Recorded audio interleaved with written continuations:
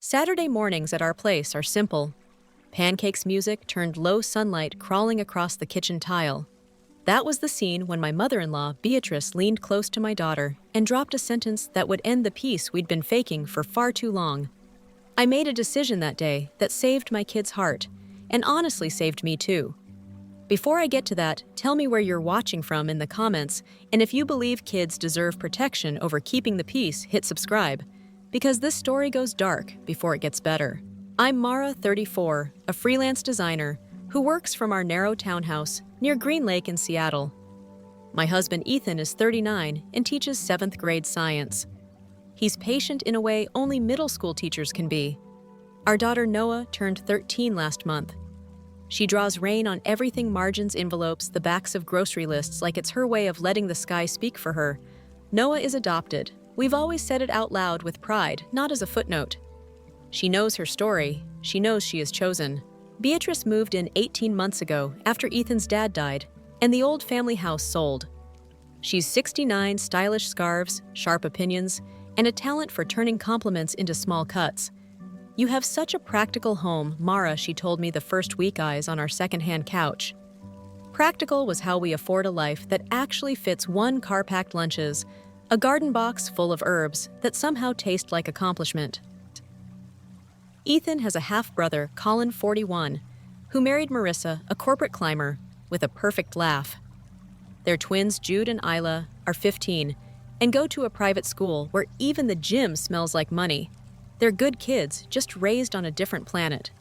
Beatrice adores them. My brilliant grandchildren, she calls them, as if the title has room for only 2 names.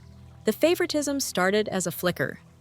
Extra brownies set aside for the twins, whispered reminders about soccer tryouts, and debate finals calendar alerts for their lives. With Noah, Beatrice's attention dimmed. "Sweet drawing, dear," she'd murmur without looking up. Then she'd ask Jude for a full report on his robotics team, lean and laugh, ask follow-ups. I kept telling myself I was imagining it. I wanted to be generous. I wanted to be wrong. I tried bringing it up with Ethan in the quiet hours after dishes. "Do you notice how your mom lights up for the twins but goes neutral with Noah?" He rubbed the bridge of his nose the way he does when he's grading too many papers. "She's adjusting," he said. "Give her time." I gave time like it was a second job. Nothing changed. Money wasn't tight, but it wasn't loose either. We'd rebuilt the guest room for Beatrice and absorbed her expenses because that's what family does, or what we tell ourselves family does. She paid for her own prescriptions and little else. Meanwhile, Colin and Marissa posted photos from resorts that looked like screensavers. Good for them, truly. But when Beatrice said they're taking the twins to Vienna, so cultured, the unspoken comparison landed like a coat of dust over dinner. Noah asked to redo her room for her birthday. "No more fairy lights shaped like stars," she announced, grinning. "I want real teen energy." She also asked carefully for a phone that actually held a charge past lunchtime. Not a luxury for a kid who coordinates art club meetings and group projects. Just functional. Beatrice suggested a joint birthday this year. Jude and Isla are late June babies. Noah is early July. "One party makes sense," she said, tapping her calendar. "We can make it special." I wanted to be hopeful. I booked the community hall by the lake, designed a 3-panel photo wall for each kid, and made a spreadsheet that could have planned a small wedding. Ethan handled games and playlists. Colin and Marissa promised drinks and some surprises. Beatrice volunteered appetizers. She meant her famous olive tapenade, nobody under 60 eats. I ordered a 3-tier cake lemon, for Noah chocolate, for Jude velvet, for Isla. Fair is fair. 2 weeks before the party, I took Beatrice to the craft store for streamers and ribbon. Halfway through the aisle, she checked the time. "I've got an errand. Meet you by the registers."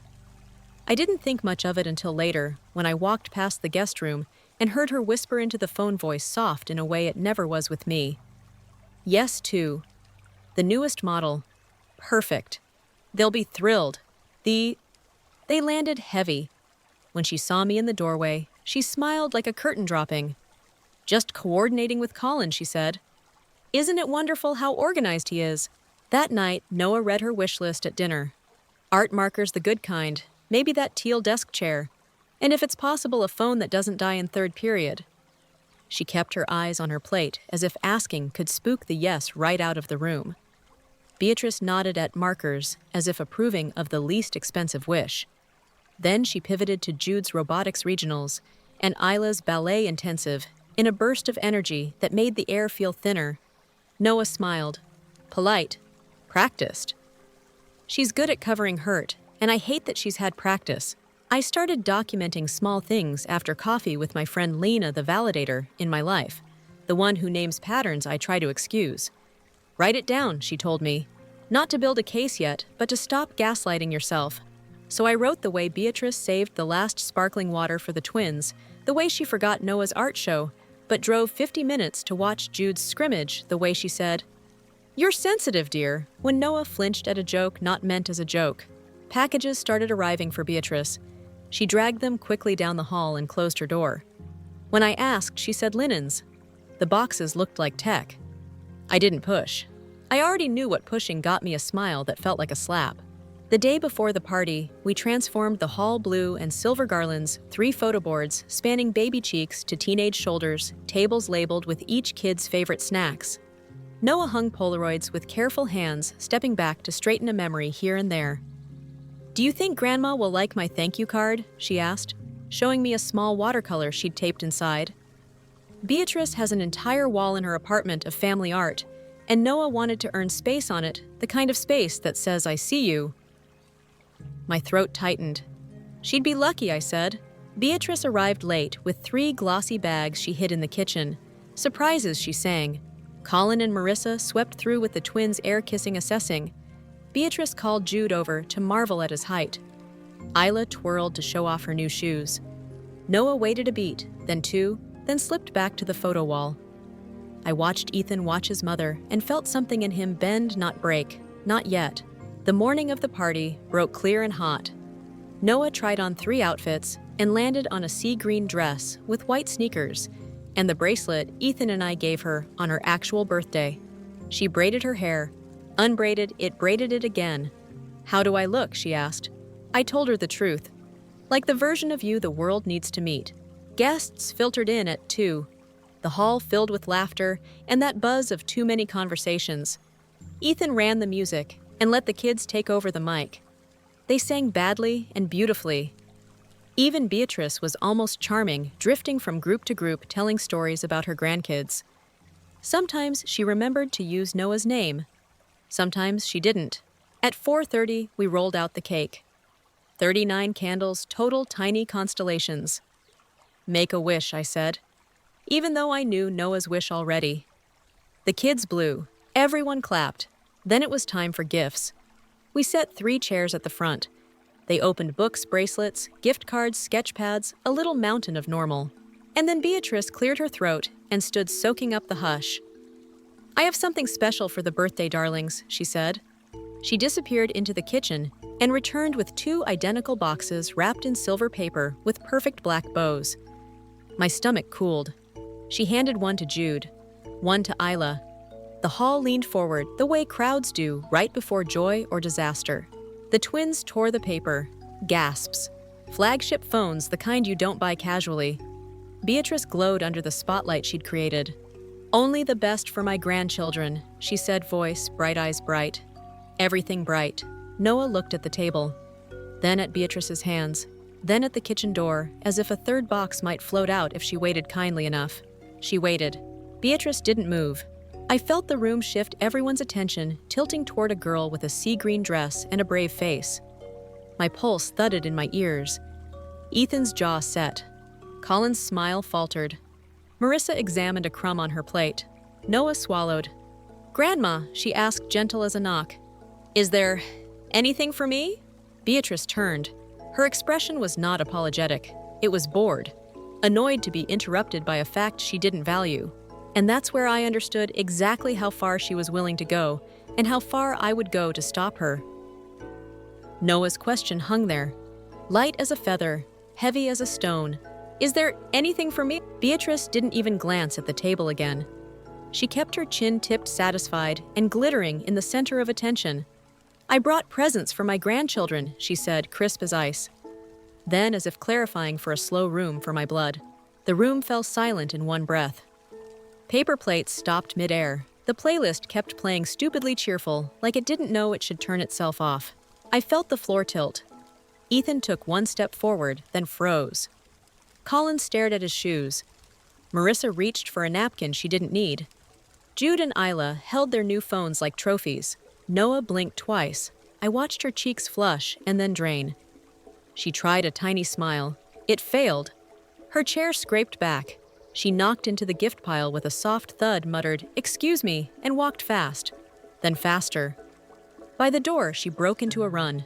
I was right behind her. The women's bathroom was bright and mean. Cold tiles, lemon cleaner, a humming light that made everything look too honest. Noah stood at the sink with her hands braced on the counter, shoulders up to her ears. When she saw me, the dam gave way. She folded into me and sobbed like she'd been holding her breath for a year. "I didn't do anything wrong," she gasped. "Why do I feel like I did?" "You didn't," I said. "You did nothing wrong." I kept my voice low and steady. I stroked her hair. I handed her tissues. I let her cry it all out because grief hates being managed. After a while, the storm eased. We sat on the bench by the paper towel bin. Noah sniffed and stared at her sneakers. "Do you want to go home?" I asked. "Or do you want to face the room with me? Either choice is brave."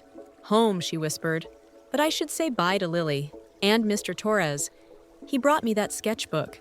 "Okay," I said. "We'll do it together." We fixed her braid. We dabbed her eyes. The mirror offered us two faces that had seen too much for one afternoon. We nodded at those strangers and went back out. The hall had changed. You could feel it in the way people held their bodies. Ethan stood near the cake table, jaw clenched.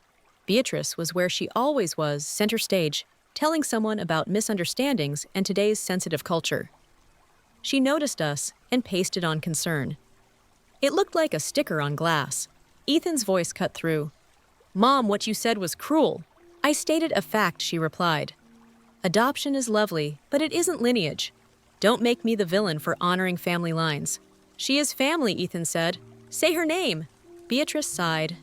"Don't be theatrical, Ethan. The twins are my flesh and blood. That is simply reality." Noah flinched. I stepped between them. "We're leaving," I said. "We'll collect Noah's gifts and go." Colin cleared his throat. "Maybe everyone needs to cool down." Marissa tugged her blazer straight. The timing was not ideal. "Timing," I said. "The problem isn't the timing, it's the content." Beatrice lifted a brow like a judge. "Mara, please. This is a party. Don't make a scene." "You already did," I said. Around us, guests pretended to check their watches. Parents herded kids toward the door with soft apologies. The twins were showing off camera modes, oblivious or choosing to be. Lily found Noah and hugged her like a lifeline. Mr. Torres pressed the sketchbook into Noah's hands and murmured, "You're an artist, kiddo. Keep drawing." We gathered Noah's things, cards, markers. A book with a note inside that read, "Proud of you." Noah said quiet goodbyes. I thanked the families who met my eyes. Some did, some didn't. At the car, Ethan loaded the trunk and then just stood there, hands flat on the hatch. I waited. He breathed. He closed it gently, like the car might shatter. The drive home was a tunnel. Noah stared out the window. Seattle green and gray slid by like a blurred painting. Ethan kept the speed just under the limit, as if control could anchor what had come loose. I reached my hand into the back seat. Noah squeezed my fingers once firm. At home, she went straight to her room. I let her. She needed quiet. Ethan and I ended up in the kitchen, standing on opposite sides of the island, like lawyers at a negotiation we both hated. He spoke first. Maybe she didn't realize how that sounded. I kept my voice level. She said it exactly how she meant it. He winced. "She's old school. It's complicated." "No," I said. "It's simple." She chose to hurt our kid in public. She wanted everyone to know where she draws the line. This isn't a slip. It's a stance. He rubbed his temples. "She's my mother, Mara." "And I am Noah's mother," I said. "Which title matters most today?" Silence. The fridge hummed. A neighbor's lawnmower buzzed and faded. Somewhere in the house, a card slid off a gift pile and tapped the floor. It sounded like a clock. Finally, Ethan exhaled. "You're right." He pulled out a chair and sat hard. "I keep wanting to believe she'll soften. I keep grading her on a curve that hurts our kid." I sat across from him. I don't want to fight you. I want us on the same side. We are, he said. His eyes were shining furious at himself more than anyone. I'm sorry. We mapped next steps in short sentences. Protect Noah. No more minimizing. Boundaries. Real ones. Not the kind you apologize for while drawing. I texted Lena. It happened. Worse than we thought. She called immediately. I'm here, she said. Do you need me to come over? I looked down the hall toward Noah's door. Tomorrow, I said. Tonight, I just need to sit on the floor outside her room and be a wall. When I finally knocked, Noah let me in. She'd put her bracelet back in its box. Her dress was folded in a neat square like it was to blame. She was in pajamas, face washed, eyes red. Can I sleep here? She asked already, scooting over to make room. Yes, I said. We got under the blanket.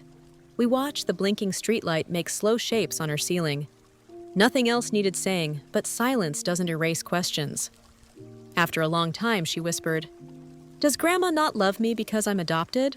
I took a breath big enough to hold both our hearts. Your grandmother has a narrow idea of love. That's her limitation, not your value.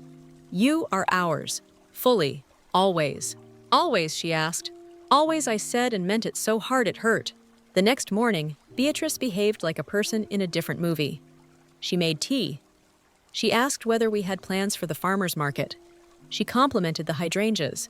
She acted like she hadn't dismantled a kid's birthday with a sentence. Ethan set his mug down. Mom, we need to address yesterday, he said. She lifted a hand. Oh, for heaven's sake. Everyone gets so worked up. You told Noah she isn't really family, he said steady. There is no version of that. That isn't brutal. She isn't my blood, Beatrice replied, as if reading a label. That's not an insult. It's a category. Biology matters. Humanity matters, I said. Kindness matters. Safety matters. She is 13. Beatrice's smile thinned. Perhaps if you didn't coddle her. Ethan stood. Stop. We're not doing that. A small sound came from the hallway. Noah backpack on listening. I walked to her and kept my voice bright. I'll drive you. We'll grab muffins. In the car, she picked at the seam on the seat. Will it always be like this? She asked. No, I said. We're going to change it. How, she asked. By choosing you every time I said. And by making sure our home feels like yours. Not a place you have to defend yourself in. She nodded and stared out at the morning. The city looked the same, but something inside our house had shifted off its hinges. I felt it. Ethan felt it. Even if Beatrice refused to admit it, the earth had moved. Back home, I opened my laptop. I searched for words I didn't want to need: family boundaries, toxic grandparents helping adopted kids after rejection. I read until the letters blurred. A plan took shape, not flashy, not dramatic. Clear. Protect first, then address the wreckage. Ethan came in around noon, still in his pajama pants, hair a mess, eyes set. I'll talk to her, he said. No hedging, no excuses. Good, I said. There's something else. I told him about the whispered phone call in the doorway, about the phrase two newest models, about the way Beatrice hid the bags in the kitchen like contraband. He listened, face hardening, the puzzle clicking into a picture he couldn't unsee. He nodded once. Okay, he said. Enough. I believed him. For the first time in months, I believed him. He found Beatrice at the dining table, flipping through a magazine she didn't read. Mom, he said, we're going to set new rules. She laughed. Rules, Ethan, I'm not a teenager. You broke our trust yesterday, he said. You hurt Noah. This can't continue. She leaned back. You'd throw your mother out, her eyes glistened. Not with remorse, with strategy. We're not there yet, he said, voice steady. But we are done pretending. Her mouth twitched. We'll see, she said. We would. 2 days after the party, I found it by accident. Laundry day. Beatrice had left a cardigan draped over the banister like a flag of mild inconvenience. I reached into the pocket to check for tissues. My fingers brushed glossy paper. I pulled it out and stared at a long thermal strip the color of a stop sign. A receipt. Red ink. Electronics Superstore. 2 flagship phones. AppleCare. Premium cases. Total a number that could have covered our groceries for a month. Date 2 weeks before the party. Payment debit last 4, I didn't recognize. The ink smudged on my thumb. It looked like blood. I took a photo. Then another. then one with my hand next to it so I'd remember scale weight the way proof looks when it's finally in your palm. Lena picked up on the first ring. "Talk to me," she said. I told her. "Premeditated," she said. She planned the spectacle. "I think she wanted witnesses," I said. The room felt too bright. She wanted the story to travel. "Document everything she said. Today is a hinge. Don't let it swing back." After I hung up, I found a second surprise tucked into the same pocket, a folded bank letter. New certificate of deposit. 5 figures. Maturity date circled. "So much for scraping by," I whispered to the empty laundry room. Here was the truth in 2 thin sheets, not broke, not confused, not impulsive. Strategic, selective, cruel. At noon, the school counselor called. "Ms. Young," she asked. "This is Ms. Patel from Roosevelt." Noah's teachers noticed she's quieter than usual. She missed a deadline in English, which isn't like her. There it was, wreckage confirmed. "Thank you for telling me," I said. "We had a family incident." She paused. "I'm sorry. If it helps," she asked for a pass to the art room at lunch. She drew the whole time, focused. Sometimes kids make their own oxygen. After the call, I sat at the kitchen table with the receipt and the bank letter between my hands like they might run away. Ethan came in from the patio with dirt on his palms, eyes tired. "What's that?" he asked. "Evidence," I said. He read the receipt once, twice. The color drained from his face. He picked up the bank letter. His mouth opened, then closed. "She lied," he said. "No excuses this time. No curve." "She lied about everything that mattered. She decided to hurt Noah on purpose," I said. "And she used our house to stage it." He set both papers down like they were hot. "I'm done," he said, quiet and solid. "This ends." We sketched a plan in short lines. We would protect Noah first. We would not let Beatrice rewrite what happened. We would not let money and age shield behavior. We would set a boundary so clear a foghorn could find it. I texted Colin. "Need you and Marissa here tomorrow. Family discussion, non-negotiable." He replied with a thumbs up and, "Can we do late afternoon?" I typed. Yes, before I could give in to the urge to write a novel. Noah got home, dropped her backpack, and put her shoes next to the mat with careful precision. That's how I knew she'd held herself together all day. Precision is her storm language. I kept dinner simple. Soup, toast, sliced peaches. We ate in the living room with a movie on mute, so it looked like we weren't sitting in the crater of something that had exploded. "Lily and I designed a zine today," Noah said, sudden and bright. She wrote a poem, and I drew the cover. It's about a girl who finds a door in her backpack. I smiled. "What's behind the door?" "Still deciding," she said. "Maybe a room with a window that can see anywhere." Then her voice went small. "Mom, did I do something to make Grandma not like me?" I hate that question. I hate that it lives in kids who deserve ease. "You did nothing," I said. "Love that depends on a rulebook isn't love. It's a contract you never signed." She nodded. You could see her trying to file that in a part of her brain that wasn't built for paperwork. Ethan squeezed her knee. "I should have stopped it sooner," he said. "You're stopping it now," I said. "That counts." Later, after Noah went to bed, Beatrice breezed in from her evening walk with the air of a person satisfied with her steps. "The roses on 72nd are late," she announced, "but worth the wait." She poured tea. She asked Ethan if he'd called his brother. She asked me if we were still planning to visit the farmer's market this weekend. She did not mention the party. She did not mention biology. She did not mention the way Noah's chair scraped the floor like a wound. I put the receipt on the table between us. "What's this?" she asked, cautious now. "A record," I said, "of the choice you made 2 weeks before you made the sentence." Her eyes flicked to Ethan. "You went through my things. I washed your sweater," I said. "Your pocket told the truth." She laughed once brittle.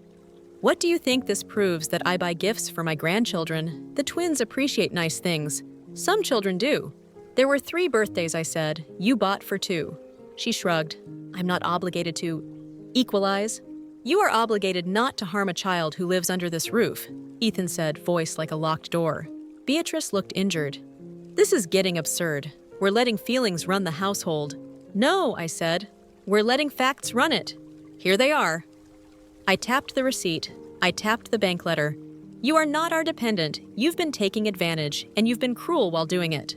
Her eyes flashed. "Cruel for telling the truth about bloodlines you adopted. That was your choice." "And Noah is our child," Ethan said. That is the truth you will never be allowed to ignore in this house again. Beatrice stood. I will not be spoken to like this. Then sit, I said, calm now. Because this conversation isn't a choice. She left the room. Doors were a language in our house that day. Hers said slam, mine said stay, Ethan's said brace. That night, I couldn't sleep. I walked the hallway and paused at Noah's door. Her desk lamp glowed low. She had fallen asleep on her notebook. I moved the pencil from her fingers and read what she'd written in small, neat letters. Make the room I carry safe. I pressed my hand over the words like a seal. In the morning, the house felt like it was holding its breath. Beatrice moved quietly, as if quiet could make her blameless. I took Noah to school early, and we grabbed muffins like I promised. She drew a tiny window on her napkin and wrote anywhere underneath. I tucked it into my wallet, a talisman. Back home, I gathered Beatrice's mail from the hallway table. I wasn't snooping, I was cleaning. That's what I told myself until an envelope slid, spilling a shallow fan of prepaid gift cards onto the wood. Not used, not given. Collected like trophies. I put them back and wiped the table with small, furious circles. At noon, our neighbor Ray knocked. She's retired, keeps a garden that could make a florist cry, and has the gentlest spine of steel I know. She handed me a bundle of dahlias. For the kitchen, she said, peering past me.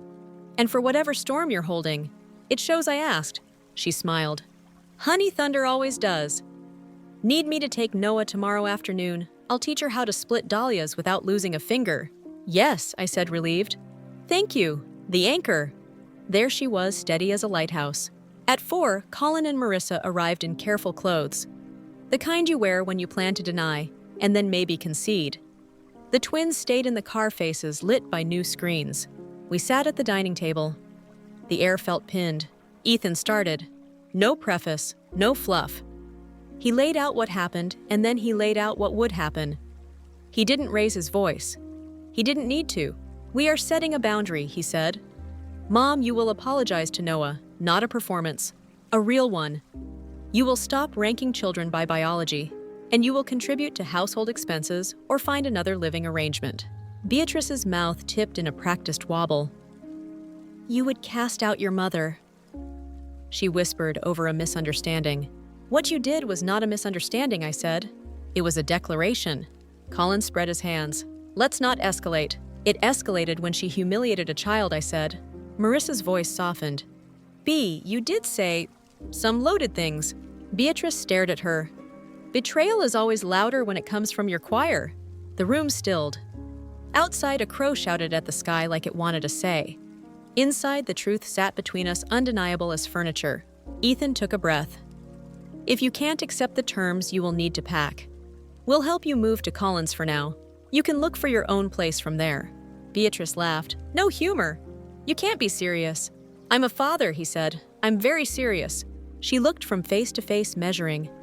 She might have found room to wriggle, if not for the red strip of paper on the table, bright as a flare.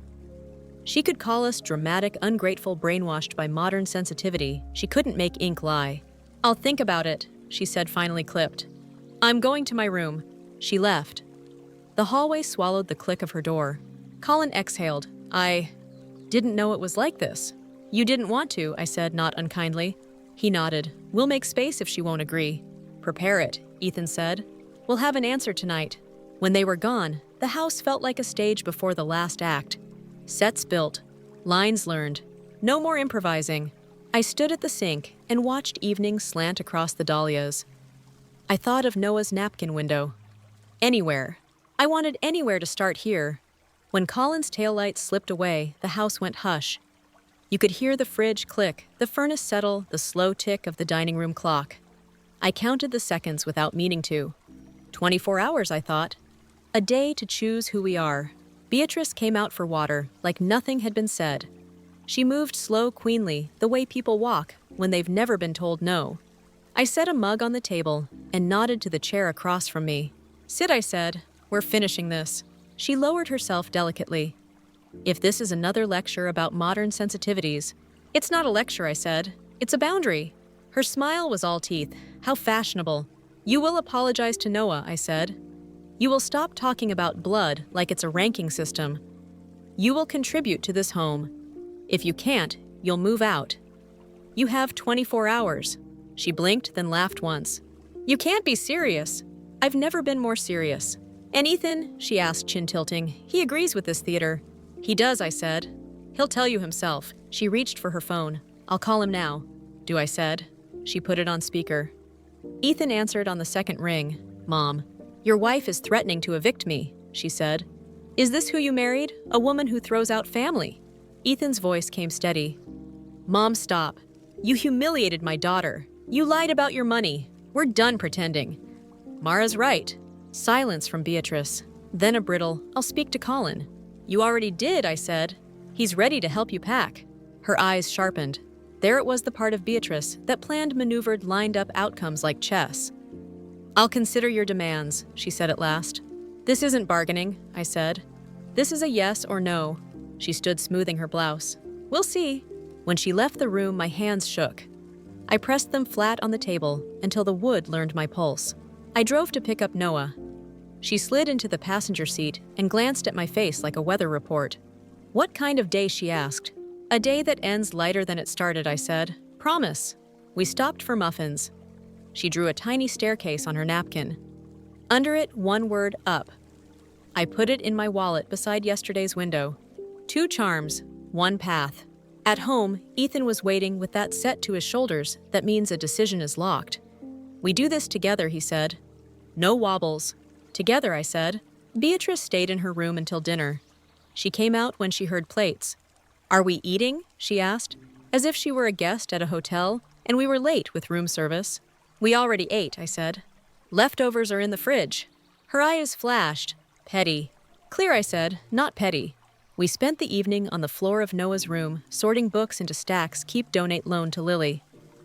Noah talked around what hurt the way kids do when they're trying not to make you worry. Do you think lilies would grow in a window box? She asked. What if we painted my desk? Let's do both, I said, and a new chair. Her mouth curved. The teal one, exactly that one. I slept on the rug by her bed. At 2 a.m., I woke to rain on the gutters and Beatrice moving in the hallway, her steps feathered and quick. I didn't get up. I was done analyzing her footsteps. Morning smelled like coffee and wet pavement. Ray knocked at 9, holding a flat of dahlias. For the girl, she said. And for the kitchen. She gave Noah a wink. After school, we'll split tubers. It's like dividing treasure. Noah's shoulders lowered a notch. Thanks, Ms. Ray. Beatrice chose that moment to glide in with her best martyr fate.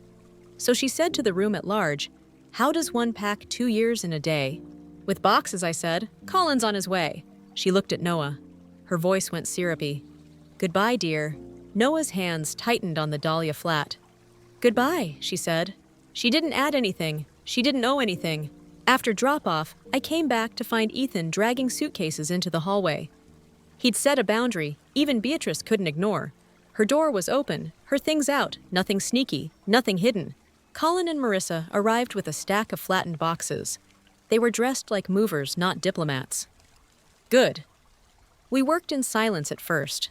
Shirts, scarves, the porcelain figurines Beatrice kept on the dresser like a doll courtroom. Marissa wrapped them in paper with the kind of care you save for fragile things you don't particularly like. Beatrice supervised from a chair like a dainty general. Fold, don't stuff, she said. Those sweaters pill. I taped a box shut with one long pull. The sound was clean and final. You can label this one winter. She sniffed. I can label it exile. Ethan looked up. Words matter, he said. Choose better ones. At noon, Beatrice made her play. I've reconsidered. I can apologize if that lets me stay. Ethan shook his head. A performative apology won't keep you here. You need to mean it. You need to change. Until then, you're moving out. She laughed without humor. You've become very dramatic. Protective, he said. There's a difference. Colin met my eyes over a box. Something in his expression had changed since the party, less defensiveness, more clarity. We set up the guest room, he said quietly. She can have it for a few weeks.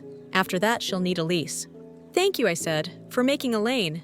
Beatrice went for pathos. You're all willing to watch an old woman be carted off like furniture. You're not being carted, I said. You're being moved to a place where your choices don't hurt a 13-year-old every night at dinner. She studied me, looking for a crack. You've always resented me. What I resent, I said calm, is cruelty dressed as tradition. We loaded the SUV. Boxes nested like paragraphs. Suitcases lined the back like punctuation. Beatrice took one last slow turn through the guest room. She paused over the clean nightstand, the lamp I'd picked because it threw warm light. I will miss the view, she said, gazing out at Ray's garden, as if it had been planted for her. You can visit, I said, when you're safe to visit. She bristled. I'm not a danger. To Noah's sense of belonging you are, I said. And that's non-negotiable. The doorbell rang. Ray again. She held a tin of lemon bars and gave me the smallest nod. In the hallway behind her, two neighbors pretended to adjust a stroller while very much watching the show. That's the thing about neighborhoods, they know when a chapter ends. Noah came home just as we were tying the last strap on the suitcase. She froze on the threshold, then stepped inside, measured careful. Ethan crouched to her height. Grandma's going to stay with Uncle Colin for a while, he said. We'll have space to breathe. Because of the party, she asked, voice thin. Because of our standards, I said. You didn't cause this. She looked past us at Beatrice. For a heartbeat, I saw the child who kept painting windows on napkins. Then I saw the new steadiness inside her. I hope you find kindness over there, Noah said. Not cruel, not small, just true. Beatrice pressed her lips together. Take care, she said, and left it empty. We didn't let the moment collapse. Ethan hugged Noah. I carried the lemon bars to the counter. The twins texted from the car. I knew without looking. The SUV door shut with a damp thud, tires rolled on wet street, voices faded. The house exhaled. It wasn't loud. It was relief you hear only if you've lived under a low ceiling for too long. Light seemed different. Corners softened. Even the clock sounded kinder. We didn't celebrate. We cleaned. We washed the bedding. We opened windows. We made tea. We called it resetting the room, and it felt like a prayer. At dinner, conversation found its own shape. Noah told us Ms. Patel let her eat lunch in the art room. I drew a door with a forest behind it, she said. But the forest is inside a house. Architecture of feelings, Ethan said. He meant it. He loves her mind. After dishes, he sat with Noah on the couch. I owe you a lot of apologies, he said gently. I kept hoping my mom would become someone it was safe to hope for. I won't make you pay for my hope again. Noah leaned into him. We can make new rules, she said. We already did, I told her. We made them today. That night, I walked down the hall and paused by the empty guest room. The window looked out at Ray's dahlias, bright even in low light. The room felt bigger without Beatrice's perfume hanging in it. It smelled like soap. It smelled like start over. I sat on the edge of the bed and let my body learn the quiet. Then I opened my phone and typed a list. Therapy for all three of us. New chair for Noah. Block Beatrice's habit of rewriting history. Clear rules for visits if they happen. Celebration that isn't loud but is ours. I added one more line and circled it twice. Keep choosing the kid. The next day would bring fallout, calls, opinions. Maybe even a storm we didn't see coming. But for one clean hour, I watched the moon smudge through clouds and listened to the house breathe like it had lungs again. The first morning without Beatrice felt like the house exhaled. Doors didn't creak. The kettle didn't sound like a countdown. Even the clock ticked softer like it understood. Then the phone started. A cousin I barely know texted family sticks together. An aunt called to say she was worried about Ethan's heart. A neighbor asked, "Everything okay over there?" I answered what I could in one sentence. We chose our kid. It wasn't up for debate. Ethan and I agreed to one message for relatives. He typed it, and we both signed it. We love our daughter. We won't allow anyone to treat her as less. Beatrice is staying with Colin while we reassess contact. Please support us by respecting this boundary. We sent it and put our phones face down. At school, Ms. Patel let Noah spend lunch in the art room again. She texted me a photo. Noah bent over a watercolor tongue, caught in concentration. The safe look kids have when they forget the world for a minute. I saved it. By afternoon, the first ripple from Colin's house hit. Marissa called. "Bea wants to host a family summit here," she said, voice low. We told her no. She also tried to hand me a script for an apology. A script, I repeated. Bullet points, Marissa said. Nothing about Noah. Mostly about the burden of aging. I told her an apology centered on herself wasn't an apology. Thank you, I said. For not making us the bad guys in our own story. Don't thank me, she said. Thank Isla. Isla, I asked. She showed me a group chat from the week before the party. Marissa said careful. B told the twins not to make a big deal in front of Noah. She isn't my family the same way, she wrote, a pause. Isla wanted you to know it wasn't spontaneous. My hand found the back of a chair. The receipt had already told me. Still seeing all the pieces line up hurt in a new way. Tell Isla I'm grateful, I said, and that I'm sorry she had to carry that. That night, we kept dinner plain and talk lighter than the day. After we had our first appointment with Dr. Sen, a family therapist who came highly recommended by Ray.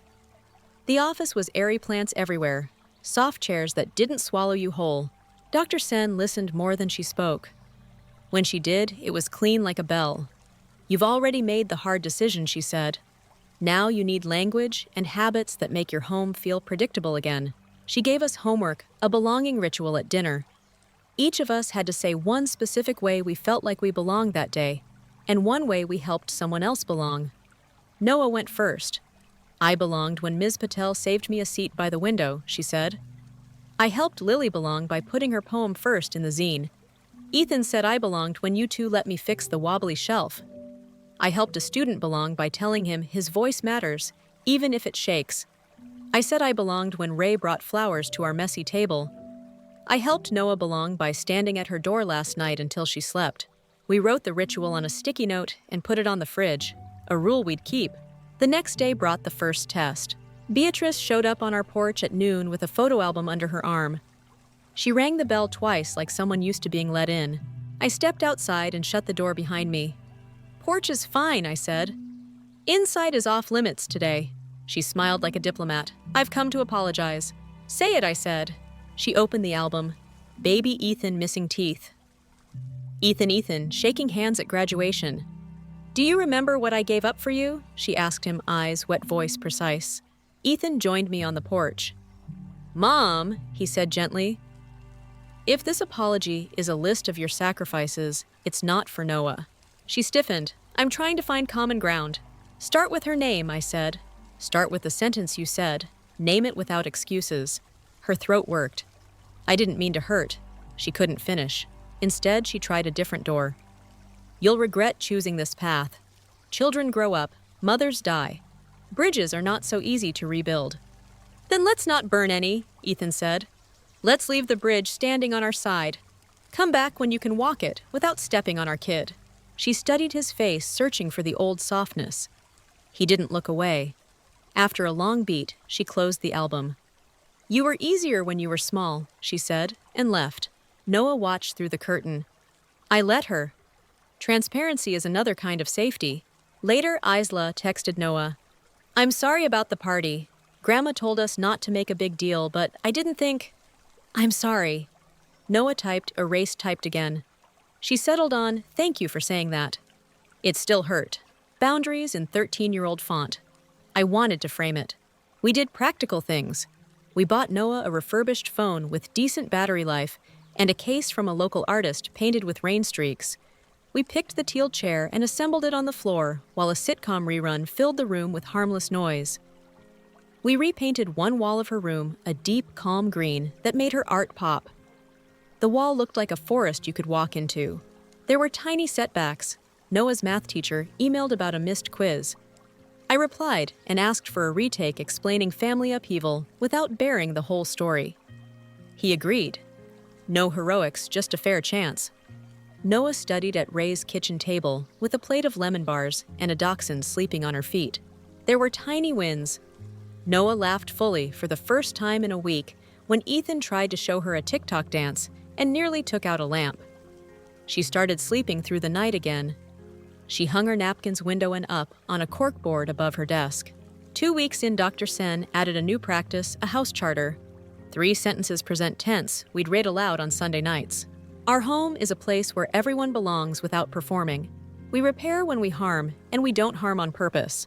Adults handle adult messes so kids don't have to. We taped the charter beside the ritual.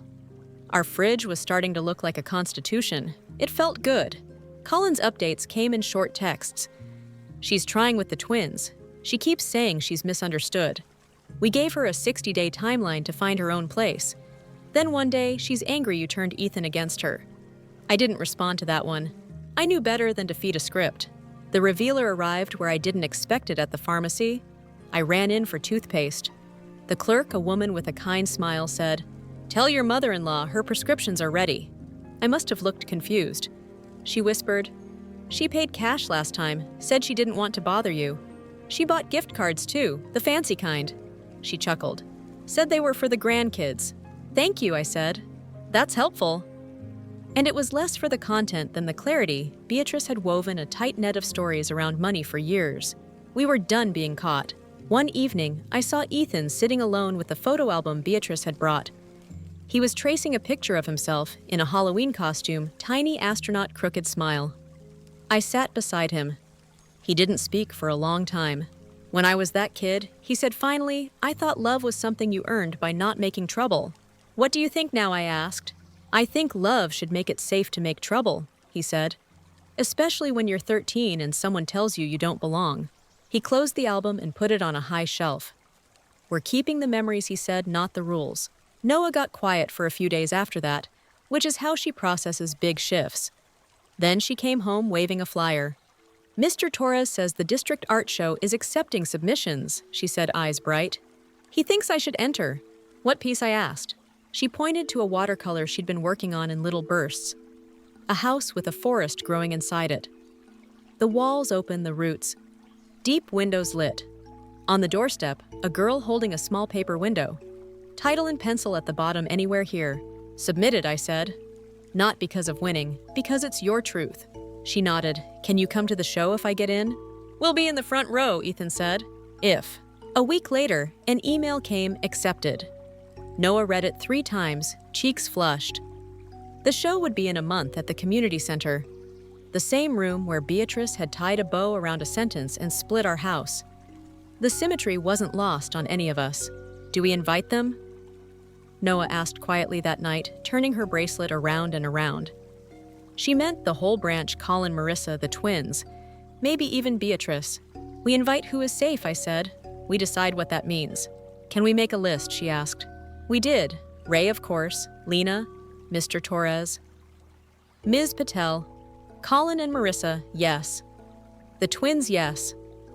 As for Beatrice, we left a blank line. Not a no, not a yes. A space for the world to surprise us correctly for once. 2 days later, Beatrice mailed a card addressed to Noah. Inside was one sentence written in her careful hand. "I'm sorry I hurt you. No explanations. No but. No mention of blood." A small check was tucked behind it. The amount was odd, neither insulting nor extravagant. Just awkward. Noah read it, then looked at me.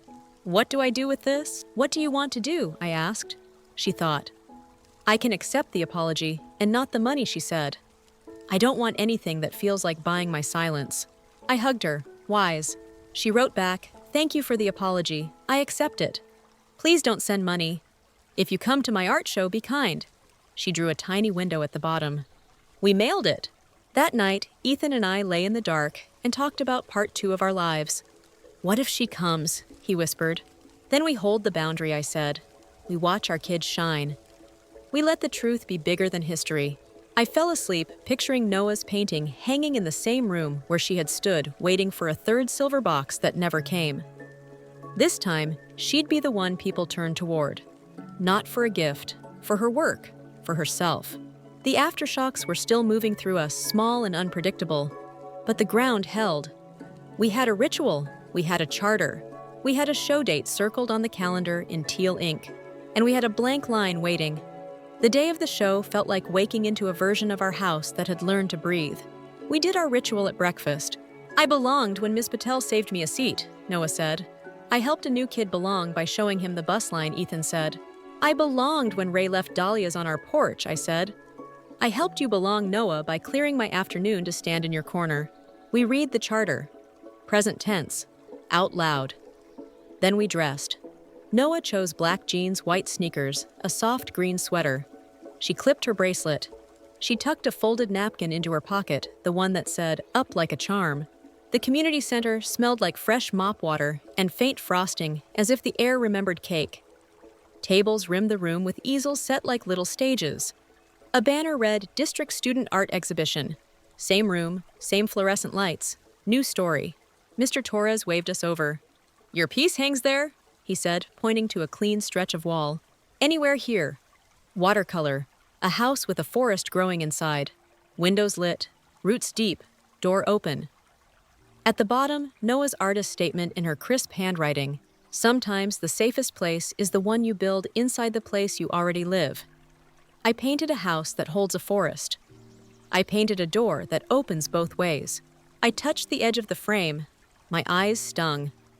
Ethan squeezed my shoulder. Guests trickled in. Ray arrived with a mason jar of dahlias and a grin. "For luck," she said, tucking them near Mr. Torres's table. Lena slipped me a protein bar and whispered, "Breathe." Ms. Patel hugged Noah and said, "You made room for all of us in there." Colin and Marissa came with the twins. Jude lifted his hand in a small wave. Isla had her hair in a bun and nervous eyes. They brought a square envelope. Inside was a sketchbook card they'd made. On the front, a window. Inside, "We're proud of you, cousin." No glitter, no performance, just ink and effort. I saw her before Noah did. Beatrice stood in the doorway with a folded program clutched like a passport. No entourage, no glossy bags. She looked smaller. Not because of age, but because she wasn't wearing the old crown of certainty. She spotted us and stopped. She did not push past anyone. She did not call attention. She waited until I met her eyes. Then she lifted the program half an inch, as if asking permission to enter the country of our afternoon. I walked over. My heart thudded steady. "You can come in," I said. "You can look. You cannot make this about you."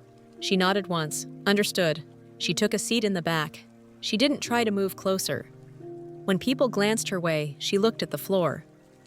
That was the first true apology I believed. The room filled with the good kind of hum. Kids pointed, laughed too loud, tried to stand like artists. Judges moved slowly with clipboards. I slipped my hand into my pocket and felt the other napkin window. I carry both now. Where to look? Where to go? "Artists, please, stand by your work," a volunteer called. Noah took her place. She didn't fidget. She placed her palm on the frame for one breath, like a grounding stone. People stopped red, looked longer than they planned to. A little boy asked if the trees could grow out the roof. Noah smiled and said, "Only if the house is brave." A woman with silver hair asked about the colors. "Forest colors make rooms feel safe," Noah said. She sounded like someone who knows. The judges leaned in and whispered to each other in that mysterious way judges do. I didn't care about ribbons. I cared about this my kid standing alone in a room where she had once been made to feel alone. Standing and not breaking. Halfway through, a man introduced himself. "I'm from the local paper," he said. "Can I interview the artist?" Noah's eyes widened. She nodded. He asked her what inspired the piece.